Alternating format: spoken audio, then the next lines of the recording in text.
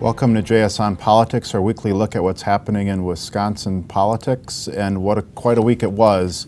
A big difference from last week when we sat here. Here's what's on tap today. At long last, we have a state budget, so we'll look at final passage and what was included and what wasn't. We don't have an arena deal, so what's next for the Milwaukee Bucks? For Scott Walker, the almost, not quite, sort of, we all knew it, presidential campaign gets a new word next week, official, so we'll take a look at his outlook. And we'll look at how Scott Walker has fared on PolitiFact's Truth-O-Meter. And finally, as always, we'll take some reader questions, so please send them in. We're starting today with Mary Spicuzza from Madison. She's one of our state government reporters and has spent a lot of time there the past few days. Mary, I'm told you didn't go to the bitter end last night, but you made it through the beer summit or the Frisbee summit outside the Capitol. Yeah.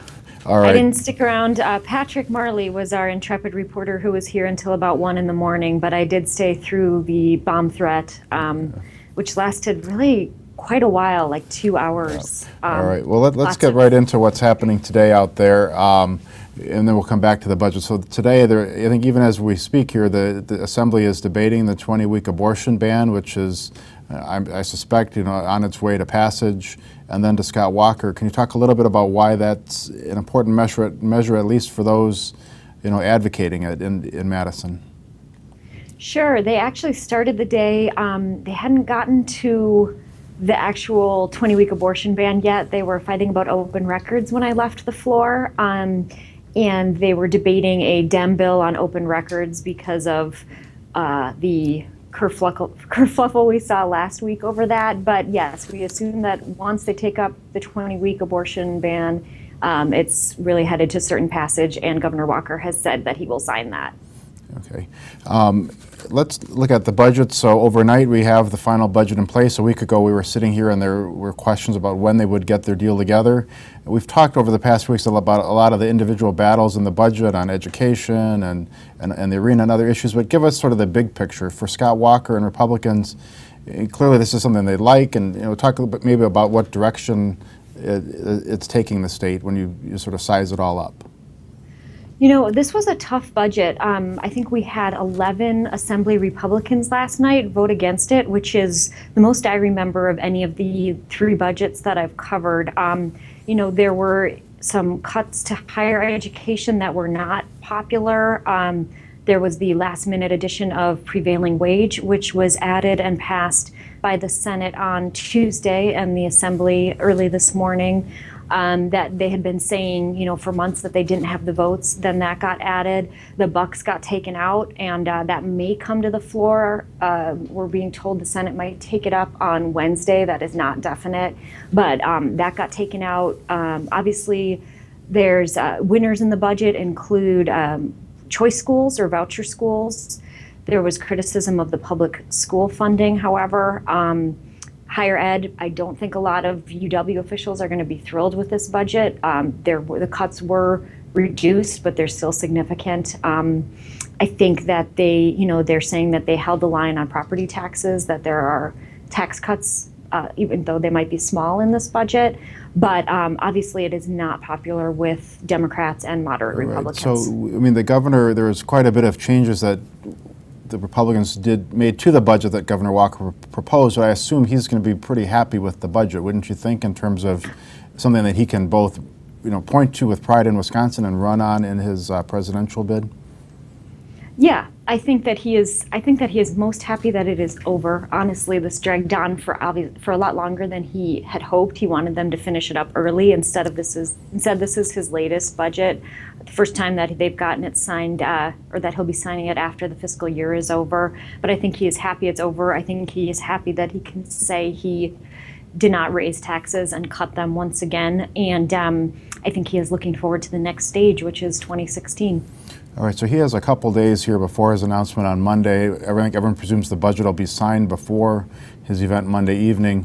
What would you think are areas to be watching for any potential line item vetoes or things that the governor would do to further refine what cleared the legislature? There have been some questions about whether he might veto the start date for prevailing wage. I don't know that he'll do that, but that's something to watch. I think another one is some payday lending provisions. He has The last two budgets, he vetoed out some predatory lending issues, bail bondsmen, for example. So that's something else to look out for. I think that, the public records stuff obviously came out of the budget, but that's something that he would have likely had his veto pen ready for. So we have not heard yet officially what he will be vetoing, and we have not actually gotten a signing date yet. So we don't know when this budget's going to be signed, but I would think before Monday. I'm guessing you might want to clear your calendar for Sunday afternoon for reporting purposes. All right, well, thank you, Mary. We're going to go now to a video of some discussion from the legislative leaders in the Assembly on both sides and their take on the budget and how it wound up. There's no more important document than the Wisconsin state budget for the legislature to deal with. It's a long process, very inclusive. Every single legislator has their fingerprints on this document, Democrats and Republicans. In the end, I think it's a great example of how we can keep moving Wisconsin forward, focusing on our priorities to make sure that Badger Care is funded, we have money for schools and the university.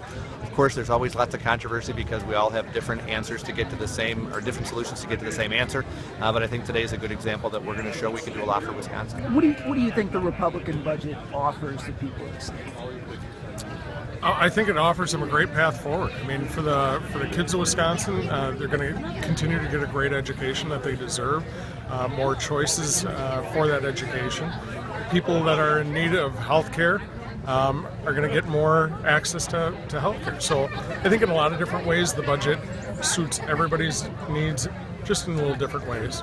So you and your members are not going to vote for this budget. What do you find in it that is something you can't support? What's the problem? Well, I don't believe all the Republicans will vote for this budget either. I mean, they took a very bad budget that the governor put forward that, meets his needs to be the furthest right-wing candidate running for president, and they pulled the Republican Party, but unfortunately, the entire state of Wisconsin to the far right.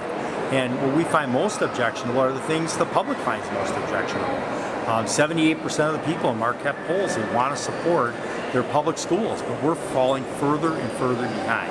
They want to support our university system by over 70%, but they're cutting it by $250 million, but they're also creating an atmosphere by changing shared governance and other kinds of issues that are important to world-class professors that have been in Wisconsin. And that's why we've had such a remarkable success with innovation and discoveries and economic development as a result of our world-class university system.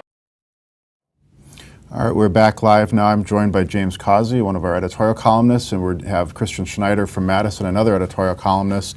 So you guys heard that assessment. One side says the budget's pretty rosy and looking good. The other side says it's not. James, what's your take on the final look at the budget here? Well, it looks like the Republicans want to call this moving forward, but I'm sure Democrats will call this moving backward. There's a lot of things that you should not like about this budget. I mean, cuts to public education is one of the big things that I think even Republicans had a hard time coming to grips with. And cuts to higher education as well. And, taking money from public education and feeding it into choice is just one of those moves that I don't know how we're going to turn things around in public education if we keep underfunding it, and that's a problem for me. So, Christian, I suspect you might have a slightly different take than James, but good budget, bad budget, where would you grade this one now that it's pretty well in the books? Yeah, I mean, it was a tough budget for sure. On the floor last night, I was actually around here for some of that debate, and you heard people say, "Well, this is the worst budget ever," which I hope PolitiFact is working on right now. Hopefully we can get a ruling on that. But yeah, I mean, there's some good things in here. Property taxes frozen, no tax increases.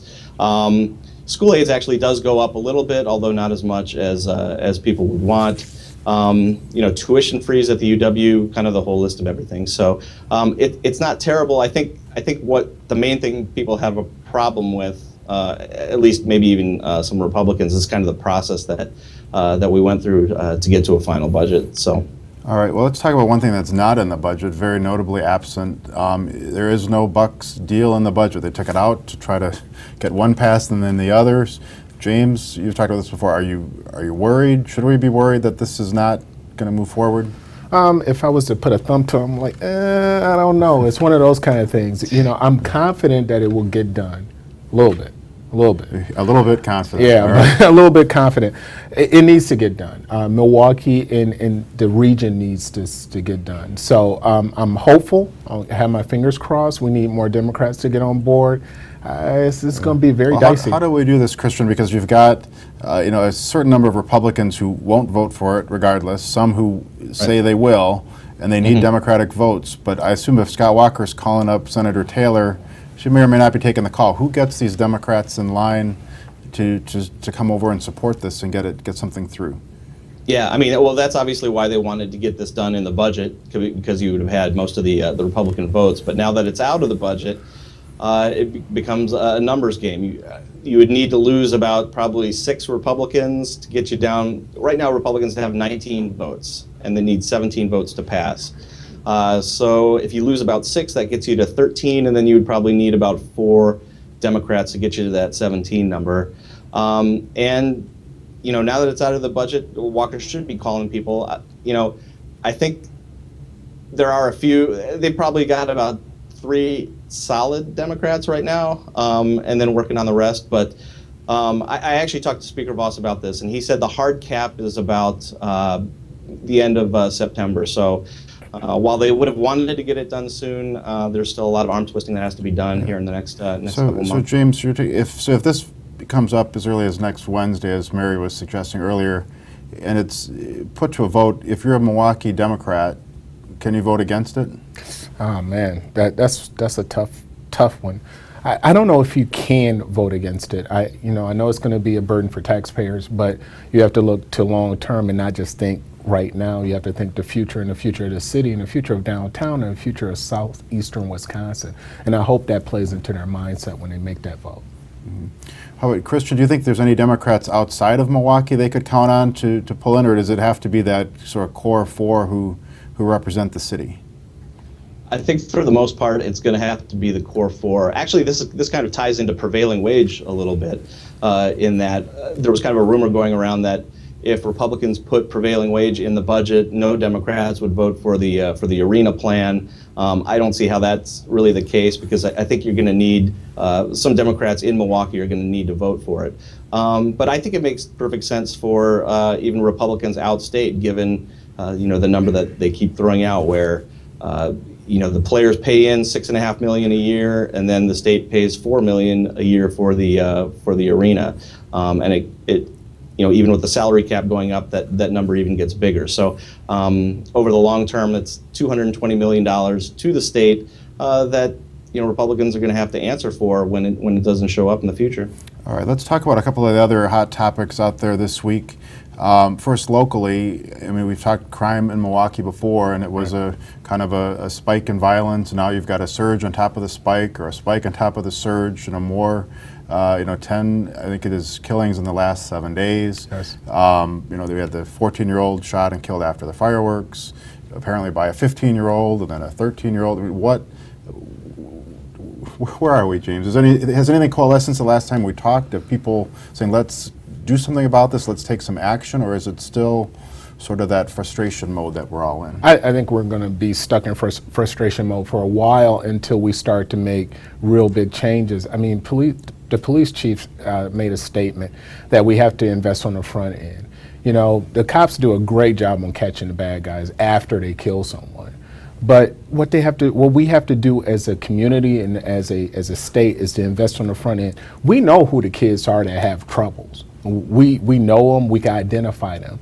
The police chief even said that he could almost predict when a person is going to be shot, just don't know the time. But he could say this kind of kid with the path that they're on, they could potentially either be a homicide victim or kill someone. So we have to invest in these kids early on. It saves money. You're either going to pay for it on the front end or pay for it a lot on the back end. Yeah, well, let me ask you this, Christian, because it kind of, in a sense, from a political perspective, it can look at the Bucks Arena, the surge in violence, and say, here's Mayor Tom Barrett, who's up for election next April. He has a couple of challengers. How problematic is it for him if at the end of the year we're talking about super high numbers of homicides? There's a potential that the Bucks are gone. Well, what should Mayor Barrett be thinking right now about sort of his political future? Yeah, I mean, that's the interesting thing about the discussion that we're having right now, where you have the mayor, the county executive, the state legislature, and the governor all come together to try to keep the bucks here in town, and yet you have this huge spike in murders and homicides in the city, and maybe it would be nice to see a lot of cooperation on that end to try to prevent that. Now, this is a national thing that's going on. Crime is up, all over the country in homicides. So I'm skeptical that there's a whole lot that can be done, but if there are ideas out there, now would seem to be the time that people would come together and take a look at them. But there is something that could be done. We could look at homicides as a public health issue. It's something that I've talked about several times. Boston has done that, and they reduced their homicide numbers. The problem with doing that is financially, people say, well, it costs a lot of money. Why we don't have the money to invest on that? But we can't afford not to do that. All right, let's shift a little bit and get your guys' take on the upcoming announcement by Governor Walker on Monday. So right now, on the one hand, his gubernatorial staff is probably combing through the budget looking for vetoes. His presidential staff is polishing that speech.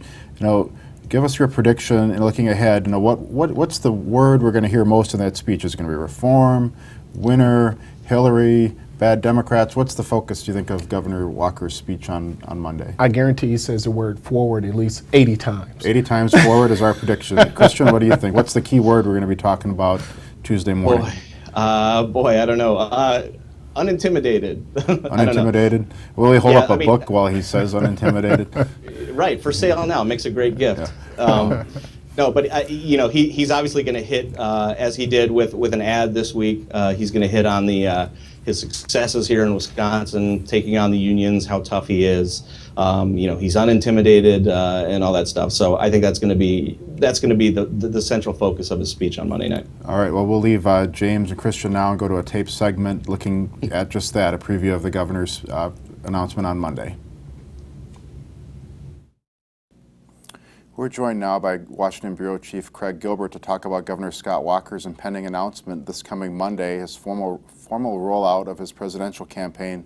So, Craig, if we rolled back the clock 3 years, we would have been right in the midst of this recall, something that no other governor in the country had ever survived. How do we get from there to here for Scott Walker, where he's a very top-tier presidential contender? Well, the recall has really turned out to be his great stepping stone to national politics. In fact, it's almost impossible to imagine him making this run for president without the recall. I mean, on lots of levels. It obviously brought him a donor base, it put him on the national map, and it kind of gave him a built-in message for Republican primary voters. In fact, his sort of, his bumper sticker slogan right now, which is that I'm a fighter and a winner, and you get both with me, is really unthinkable without the recall. The recall is his great credential when it comes to winning political victories, and it's also his great credential when it comes to speaking to conservatives who want somebody who's going to fight for the things they really care about. So it's really the backbone of his campaign, and his campaign is views the recall as helping him communicate to Republican voters on all sorts of levels. So on Monday, Governor Walker will be joining an ever-expanding field of Republican contenders. It's up somewhere in the 16 or 17 range now. Craig, does that size of a field, do you feel, help the governor or hurt the governor as he tries to distinguish himself among the other contenders? Well, in one sense, it's easy for him to set himself apart in a big field because he is a governor. There aren't too many of those, and he has been through this unique kind of political history with the recall. On the other hand, you can see how having to compete with all these different candidates could be a problem for him, because one of his political strengths is that the polls show he can appeal across party lines. He can appeal to the establishment, he can appeal to the Tea Party, to evangelicals. And the bigger the field, the more Republicans he's competing with for each one of these groups of voters. So he's really competing with some candidates to the right of him and some candidates to the left of him, and he's trying to sort of find this sweet spot, but the danger for him is just kind of having to fight all these battles on different fronts at once.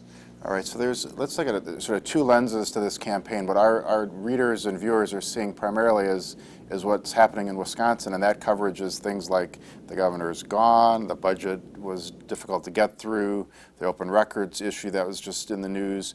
How is he being perceived at the national level, though? So people who are getting that national filter, how do you feel he's faring? Well, I think you're going to see when he makes his announcement on Monday, he's going to be lavished with national attention. And that's primarily because within the national political community, he's regarded as one of 3 or possibly 4 Republican candidates who are most likely to get the nomination in the end. I mean, the others in that group would certainly include Jeb Bush and Marco Rubio and maybe 1 or 2 others. But he has that, stature now within the Republican field. I think the jury is still out from a national perspective on how well he'll perform as a candidate. Everybody has to sort of take their game to a new level when they're running for president. He's had some speed bumps and some hiccups along the way. People are still waiting to see kind of how he does as a candidate and whether he can kind of rise to that level. But again, I mean, he has the stature right now within the political community of being seen in the front rank of viable Republican candidates. All right, so last question here, thinking ahead to the governor's speech on Monday evening. If you had one thing, if you wrote down on one note card for Governor Walker, this is the one thing you have to accomplish, what do you think that is for him on Monday? Well, I think he has to show that he can be presidential. I think if you think about anyone who's running as governor, he's already shown that he can deliver a good speech. I think that was shown back in Iowa, and he sort of checked that box. But when you were governor of a modest-sized Midwestern state running for president, I mean, you have to show that you're sort of big enough, personally big enough for the job. And so I think he needs to project that on Monday. All right, we'll be back next week, and we can make that assessment of how the governor did. Thanks, Craig. You're welcome. All right, we're back live and continuing our conversation about Governor Walker in anticipation of his announcement on Monday.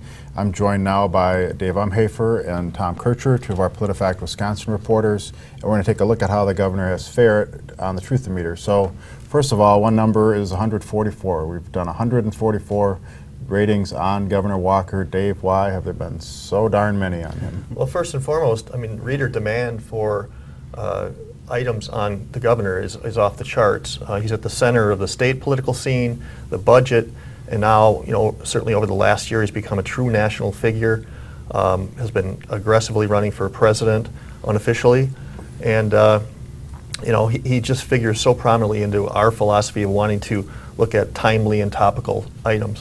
All right, and Tom, just remind our readers, what are we looking for when we take a statement? What makes it appealing for us to fact check? We're always looking for statements that make us stop and say, really, is that true? Something that's topical, something that makes a strong claim in a factual way. And the fact that it's made by Scott Walker tends to raise a level of interest even more because of passion on both sides, for and against him. And we've done, of course, many statements of Democrats about Scott Walker, so there's a whole range of things we've done. But let's start with some of these Scott Walker ones to look at, and we'll start with this statement. Hillary Clinton's rejection of efforts to make it easier to vote and harder to cheat not only defies logic, but the will of the majority of Americans. We rated that mostly true. Dave, tell us why. Polls do show a strong bipartisan support for voter ID, and it's right to say that IDs make it harder to cheat in some cases, but he was off in saying that it makes it easier to vote. Right, and that was a little back and forth those two had about voter access. Yep. Right, so this one is for Tom. This is Scott Walker saying that Barack Obama told the U.S. Coast Guard Academy that the #1 threat to the military and the world today is global warming, and that one we rated mostly false. Talk about it. Yeah, the president on many occasions has said climate change, there's no greater threat to the world than climate change. But in the speech to the Coast Guard graduates that the governor cites, Obama described climate change as a serious threat, but not #1. Okay. This was one that Scott Walker made talking about the unemployment rate, and bear with me because it's kind of long. Nationally, the unemployment rate for veterans is far greater than the national unemployment rate. And in Wisconsin, one of those rare examples where unemployment is actually lower for veterans than it is for the population as a whole, and certainly lower than it is nationally. Maybe if that's a talking point, he's got to tighten it up. But Dave, we rated that half true. We got to tighten it up. Yeah. That's a mouthful for sure. In many states, including Wisconsin, veterans are less likely to be unemployed. At the same time, our veterans do much better than the national average, so it's kind of a mixed bag. Right. All right, so here's one. Scott Walker saying, my support from young voters, those 18 to 24, in November of 2014 was, quote, largely unheard of for a Republican. We rated that half true. Tom? And this, of course, is when the governor ran for re-election and defeated Mary Burke. There were 3 other Republicans around the country who ran for governor. What we found is that Walker did better than 2 of them among voters 18 to 24, but the 3rd governor did better than Walker did. All right, so we're running through claims from that Governor Scott Walker has made in anticipation of his announcement. You can find them all at politifactwisconsin.com/Scott Walker. Now, here's one for Dave. This is his Walker statement was, for our next 2 years in my state, we will end with a structural surplus of $499 million, and we rated that mostly true. The figure was from a reliable estimate, but the budget was not a done deal at that time, so we put it at mostly true. All right, we're going to get probably about 2 more here. So this one is, thanks to the Act 10 collective bargaining law that took effect 4 years ago, ACT scores in Wisconsin are now 2nd best in the country for states where more than half the kids took the exam, and we rated that mostly false. Tom? So in 2012, the year after Act 10 took effect, Wisconsin did move from 3rd to 2nd in the ACT rankings, but it was largely because Iowa's ranking actually dropped a little more than Wisconsin's did, and we also found there was no evidence that Act 10, the collective bargaining law, so our had scores were anything. basically flat, and the others, Iowa dropped a little bit. Right. All right, so and this is our last one before we'll take our reader questions. This is a Walker statement. This said, Minnesota's advantage in economic growth has been having Republicans in charge of at least one part of government for all but 2 years, while Wisconsin Democrats, quote, for many years before 2011 controlled both legislative chambers and the governorship. Again, we got to work on the tightening these talking points, but Dave, we rated that one false. In reality, Democrats in Wisconsin only had a 2-year run in total control, while Governor Walker and fellow Republicans are now in year 5. Okay. All right, we're going to take a couple reader questions here before our show is over, and the first one is from Disgusted in Waukesha, who says, why were these various plans to attack open, transparent policies in Wisconsin even included in the budget? It seems to me that there were several plans slipped in that are not in any way fiscal in nature. Dave, this is the big open records issue we've talked about, at least in print. We haven't talked about it here as much, but that wasn't fiscal in nature, and where did these things come from? You know, this was put in the budget, and it is a policy item, and there's always a lot of talk by politicians about we don't want that stuff in the budget, but in reality, a lot of stuff slips in some cases, huge changes like this. And that was part of the reaction to it, was that the irony of slipping something in that would make things more secret was just too much for people. That was part of the blowback of it. We heard people on both sides, the whole spectrum really weigh in and say that was not a smart move by the Republicans. Right, and I think it's fair to say that when Democrats have been in control, the same sorts of things have happened, that they use the budget not only for financial matters but policy. All right, well here's a question from Fed Up, who says, I'm tired of Scott Walker getting away with all of his lies and you reporters let him do it. When is he going to be called out for all his flip-flops and gutting education? Well, we can handle the flip-flops. So I've been coming to work. I've been doing fact checks. That's all I can do, sort of. No, I mean, clearly that's one role that PolitiFact Wisconsin is trying to play, is we're going to try to hold him accountable for his words because we know him so well, and other national outlets may not have the same perspective or ability to do that. All right, here's one from Is He For Real? He says, okay, honestly, what do you think Walker's chances are for president? First he has to get by Bush, then he has to get by Clinton. No way he does either, and their supporters allow that to happen. So he's got a tough road. No doubt. I mean, it's very, very early in the process. There are some big names he's got to go up against. At the same time, state polls and national polls, he's done very well so far. What do you think, Dave? As we pointed out many times, underestimate him at your own risk. All right, so we could be sitting here in a year in the middle of a presidential campaign and maybe we still have Scott Walker to kick around, so to speak. Yeah. All right. Well, I think that's where we're going to leave it today. We'll see you next week. Governor Walker will be in Iowa or someplace else campaigning. We will be right here at this very table. Maybe we'll get 6 or 8 people around it if we can to talk about so much news next week. See you next week.